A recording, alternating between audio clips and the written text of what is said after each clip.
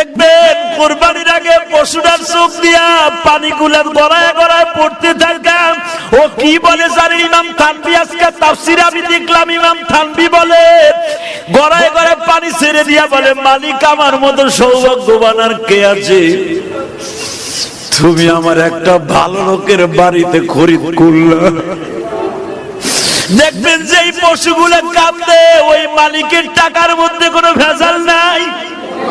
ও মালিকের বারিন্দায় বসে বসে কাঁদে আর বলে, মালিক আমার ভাষা তুমি আর কেউ বুঝে না, তুমি বুঝাও।